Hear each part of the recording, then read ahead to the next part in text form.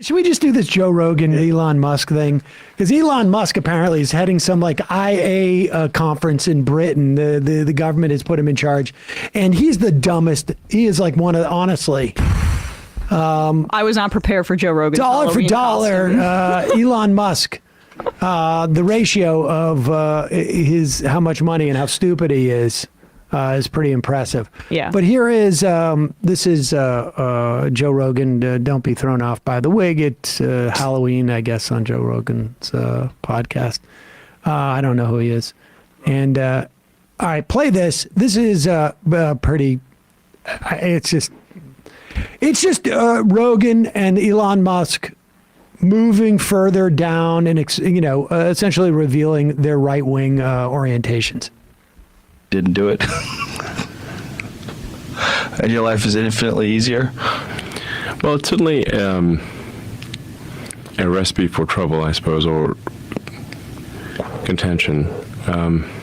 What was it ultimately that led you to make the decision to do it? Buying Twitter. Okay.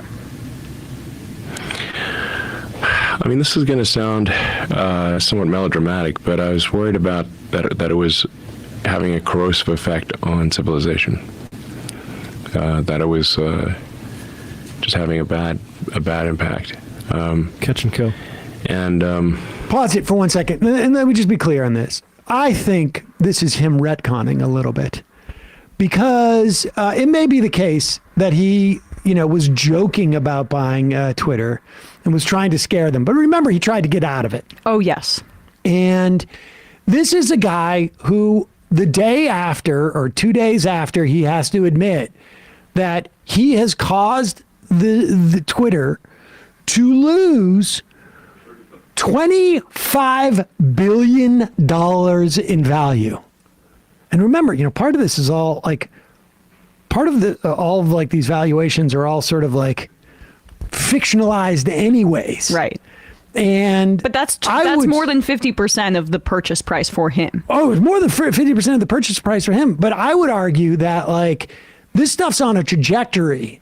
Like the valuation is a notion of how much it's worth in the future. So once it starts going in the wrong direction, like it heading too close to like zero is not out of the picture. Obviously, they still get some ads. They still sell their data, et cetera, et cetera.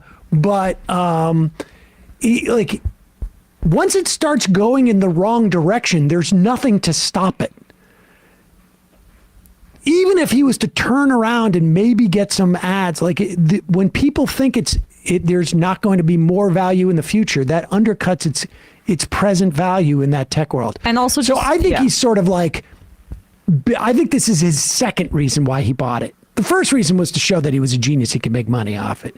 I think the reason he like sort of stuck his oar in that ended up getting him sort of hoisted by his petard is this reason, though. Okay. That he like hates the PR effect and people taking the piss out of him. No, but I mean, okay, well, we can't get in his mind, but I think he wanted to go as far as he could to, he's addicted to the affirmation of these like alt-right online edgelords, and he wanted to dance close to the flames, and he ended up getting burned because he was forced into purchasing it after he tried to get to back out, and now he's trying to destroy it. But I don't know. Contention. What was it ultimately that led you to make the decision to do it?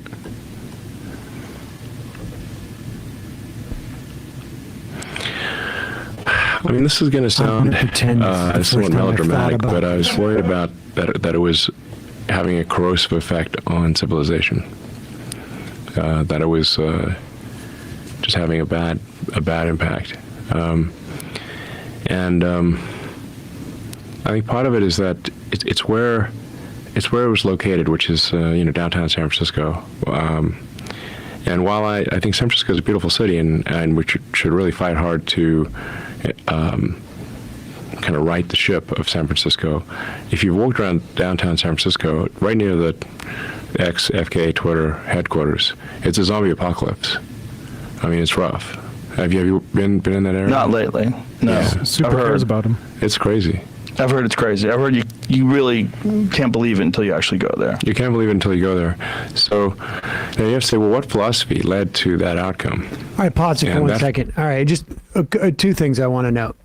One, if you're someone who thinks Twitter is important, if you think it was important or is important now, contemplate the idea that something considered so global, right? And it had huge importance for movements around the world. Arab Spring, often mentioned Twitter. and whatnot, and whether you think it was or it is or it has been, contemplate the idea that some guy gets up in the morning and says, San Francisco looks like a dump.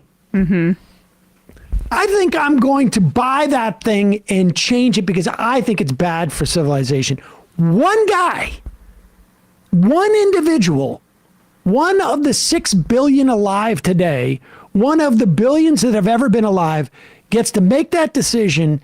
And it really is, like, in terms of dollars, it is more or less like you deciding, I'm going to get a really nice car. Yeah. Maybe even less than that. I mean, for some people, I mean, maybe even less for him. Because the fact of the matter is that the difference between having $200 billion or $250 billion in terms of the way that it impacts your life on a material basis is zero. Yeah. The difference between having $2 billion and $100 billion in the way that it impacts your material life, also probably zero. If I go out and I buy a Subaru Outback that is not, that is like 1 or 2 steps up from the bottom, it's like, I'm going to feel that for a while. Yeah. And, well, frankly, even maybe even like the entry level. But the point is that like it's gonna influence decisions I make in my life. Nothing for him. No. So just on a whim, this guy can buy something that he thinks can actually change the course of civilization. One individual should not be able to do that. We decide as a society that they can. I mean, we decide to give them carte blanche to let this person who's a megalomaniac make this decision. And I just also want to point out how freaking stupid he is. If this is actually his real explanation, which I don't know, he's just covering his ass at this point. As if San Francisco and the Twitter headquarters are like the Death Star of this. He's going to explain the ideology. I understand. He thinks that it's indicative of something, but that means you're a really, really dumb person. Even if he's the smartest person in the world, they should not be allowed to accrue enough power Agreed. to do anything that changes the course of the plan. I mean, that's what he said, right? I bought it because I thought it was corrosive on our entire world society. Yep. One individual should not have the right to influence the entire world society. Not because they have the cash in the bank to expend it like I can buy a Subaru Outback. Yeah, because they made a lot of money investing in PayPal. They shouldn't be able to amass that amount of money to be able to influence to wield that kind of power. Yeah. That's the whole point. Should really fight hard to kind of right the ship of San Francisco. If you've walked around downtown San Francisco, right near the ex-FKA Twitter headquarters, it's a zombie apocalypse. I mean, it's rough. Have you been in that area? Not lately. No. Yeah. I've heard. It's crazy. I've heard it's crazy. I've heard you really can't believe it until you actually go there. You can't believe it until you go there. So, And they're never going to say, well, what philosophy led to that outcome? And that philosophy was being piped to Earth.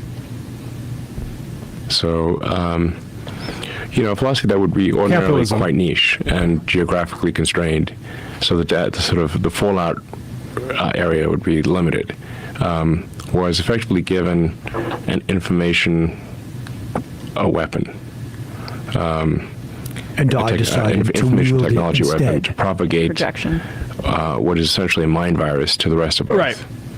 And the outcome of that mind virus is very clear if you walk around the streets of downtown Pause it. San I'm Francisco. sorry. He keeps saying he walks around. When's the last time Elon Musk walked the streets of any city instead of going from town car to hotel to town car to private jet to town car to meeting? Give me an effing break. Are we serious right now? He's just making this up. This is the equivalent of Rogan saying that thing about the kitty litter in the schools, which he ended up hearing secondhand, but pretended, which he ended up, hearing about, and then pretended that he knew a teacher that actually experienced it. Keep going. Well, like the actual impacts and what we see is houseless people. The idea that is philosophy, and the idea that the world's richest man would be given the opportunity to say yeah, it's actually all what's in their heads. It has nothing to do with how much people who own properties are charging for rent. It has nothing to do with any sort of structural thing. It's just that people got a mind virus. I mean, that's insanity, and that's why I really can't stand Rogan, because this has been a consistent through line with him. This sort of, I think, when he says we can't do UBI because people won't work anymore. This sort of anti-human elitist thing. I can't stand to call it everyman. When you're that rich, you're talking about these kinds of material structures in the abstract. It gives you that luxury. So these are just two guys farting into each other's faces and then breathing it back into each other. It's just, I mean, not to give you that imagery, but it's just so silly. A philosophy that would be ordinarily quite niche and geographically constrained, so that the fallout area would be limited, was effectively given an information weapon, information technology weapon to propagate what is essentially a mind virus to the rest of Earth. And the outcome of that mind virus is very clear if you walk around the streets of downtown San Francisco. Sorry again, but there are more overdose deaths in West Virginia, but they don't have that houseless issue because, again, the rentiers that control San Francisco and are making people unhoused and exacerbating all these addiction issues, that doesn't exist. Housing is more affordable in West Virginia. And just to be clear, half of what he paid for Twitter would house, even a fraction of what he paid for Twitter would house all these. But it's not, again, it's the philosophy that allows for people to exist if they have no house, right? Because there's no San Francisco housing policy that encourages houselessness or homelessness, except for the fact that there's no rent control. It is actually the laissez-faire quality. The absence of policy is what allows for homelessness. There may be a policy that we don't arrest people who are without homes and put them in jail for the sake of being housed, but he won't articulate that. But let him finish here, because his one example that he gives is really what is also hilarious about this. Civilization. And it's not just propagating the mind virus, but suppressing any opposing viewpoints. Yes. Well, in order for the virus to propagate, it must suppress opposing viewpoints. So. Because it doesn't stand up to scrutiny. Correct. Yeah. You've felt the virus. You know? Yeah. People will try to cancel you so many times. Yeah, it's fascinating. Yeah. The virus. I don't think you're melodramatic at all. I think I mean, I don't want to be melodramatic, but it's almost like a death cult. It's a death cult. No, that is exactly right. This is just it's essentially the extinctionists. It's in the limit. It is that they're propagating the extinction of humanity and civilization. And there's some people who are most of the time it's implicit. They don't but sometimes it's explicit. There was a guy on the front page of the New York Times who literally has the thing called the extinctionist movement, and he was quoted on the front page of the New York Times as saying, "There are 8 billion people in the world, but it would be better if there were none." Ooh. And I'm like, well, buddy, you can start with yourself. Yeah. Okay. All right. First off, the idea that this mind virus apparently wants to kill off everybody, and it's our secret desire that he's talking about that existed. And the only time is this one guy in the New York Times gave away the secret. Put up this clip. This is from January of 2023. This guy's name, here, put this up. It is this 75-year-old guy, Les Knight. He is the founder of the voluntary human extinction movement, where people just don't have kids. And he's apparently one of the nicest people you've ever met. And he's, as far as we can tell, has no other members of his organization. Never heard of that. And Of course not. Yeah. It's just a guy who's been going around for 20 or 30 years saying the planet would be better off without us and we should all stop having children. And to use this as an excuse as to why he needed to control the device that he says has been controlling the trajectory of thought throughout the world. I mean, think about this. On his own terms, he thinks that he has the right to universally come in.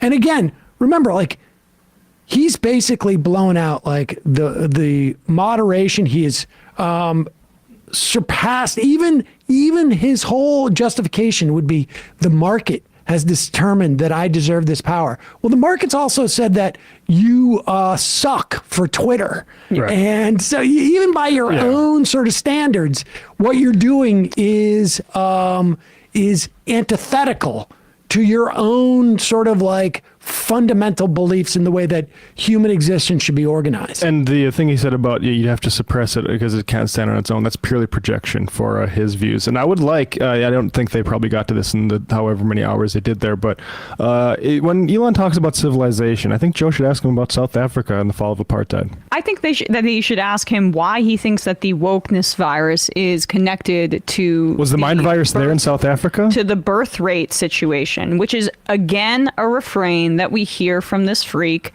time and time again. He is a megalomaniac. He's obsessed with having as many kids as he wants, because he thinks that his DNA is so superior to others that it needs to be populated throughout the earth. He's said that, or versions of that, although one of his kids is trans and won't speak to him, and I'm sure he thinks that she or I forget what her their identity is. I think it is a girl or / woman has been infected with the mind virus. He has a fixation with birth rates. And so, like, just to connect it all, he thinks wokeness is a virus that is trying to get people to not populate, and he thinks it's his sacred duty to populate the earth with his superior white DNA.